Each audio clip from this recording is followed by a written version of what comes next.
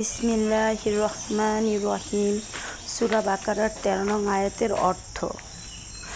আর যখন তাদের বলা হয় তোমরা মুমিন হও যেমন লোকেরা ঈমান এনেছে, তখন তারা বলে আমরা কি সেরকম বোকাদের মতো ঈমান আনবো? তারা তো বোকা, কিন্তু তারা তা বোঝে না।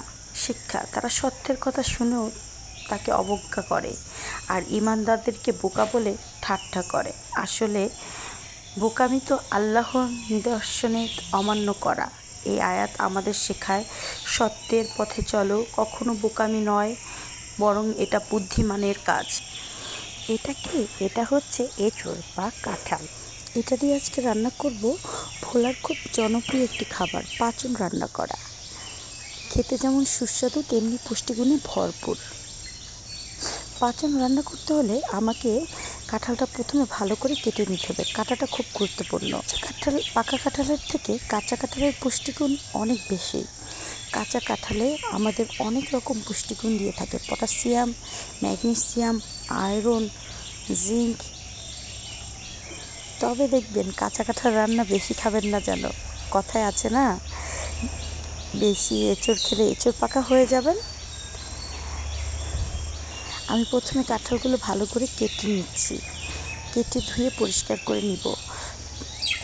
শক্ত অংশটুকু ফেলে দিব, মাঝখানের শ্বাসটাও ফেলে দিব।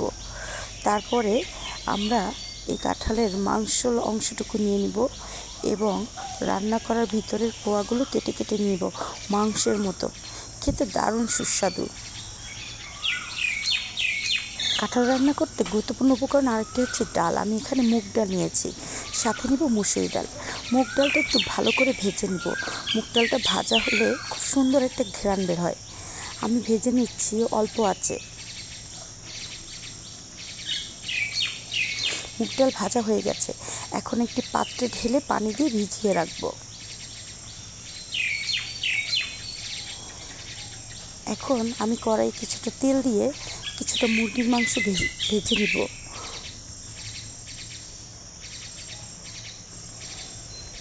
এখন এই তেলের মধ্যে আমি দিয়ে দিচ্ছি দারচিনি, এলাচ। এগুলোকে একটু গরম তেলে ভেজে নেব, তাহলে খুব সুন্দর একটি স্মেল বের হবে। তারপরে দিয়ে দেব 1.5 কাপ পেঁয়াজ। আমি পেঁয়াজগুলো কুচি করে কেটে নিয়েছি। এদিকে আমি পেঁয়াজ, রসুন, আদা কেটে একসাথে ব্লেন্ডার করে নিচ্ছি। আমি এখন দিয়ে দেব আমার পেঁয়াজ, রসুন, আদা পেস্ট।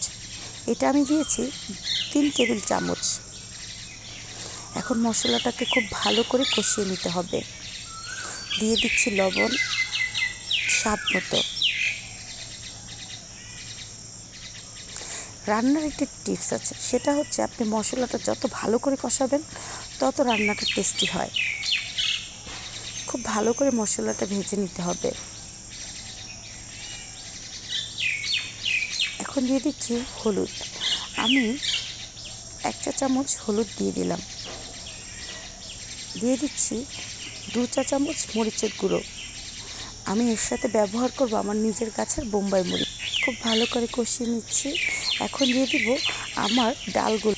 আমি আগে থেকে পরিষ্কার করে ধুয়ে রেখেছি মুগ ডাল এবং মুসুরি ডাল। এটা দুটোতেই 1 কাপ 2 কাপ। আমি এই ডালগুলো ভালো করে কষিয়ে নিচ্ছি। এদিকে আমি কাঁঠালটা বা এঁচোড়টা ভালো করে ধুয়ে পরিষ্কার করে নিচ্ছি। আমার পরিষ্কার করা হয়ে গেছে। সাথে কিন্তু আমি 2টা আলুও কেটে দিয়েছি। এখন আমার ডালটা ভাজা হয়ে গেছে, তার সাথে কাঁঠালটা মিক্স করে দিচ্ছি। এখন এটাকে খুব ভালো করে কষিয়ে নিব। তারপরে গরম পানি দিব। একটা টিপস শেয়ার করি, আপনার যে কোনো রান্নায় ফুটন্ত গরম পানি দিলে তরকারি বা খাবারের স্বাদ থাকে অটুট। আমি পানি দিয়ে নিয়েছি। এই যে 2টা বোম্বাই মরিচ একটু ফেটে দিলাম। এরপর ঢেকে দিয়েছি। এটা ঢাকনা খুলে একটু নেড়েচেড়ে দিচ্ছি। এর মধ্যে দিয়ে দিচ্ছি আগে থেকে ভেজে রাখা মুরগির মাংস। মাশাআল্লাহ, আমার রান্না কমপ্লিট। এখন দিয়ে দিব আম। আমি আসলে পুরোপুরি কাঁচা আম পাইনি, তাই মাঝারি সাইজের 2টা আম কেটে দিচ্ছি। এখন নেড়ে এর মধ্যে আমি দিয়ে দেব ভাজা জিরার গুঁড়ো। এটা দিলে খাবারটা আরও টেস্টি হয়ে ওঠে, টেস্টি বা সুস্বাদু।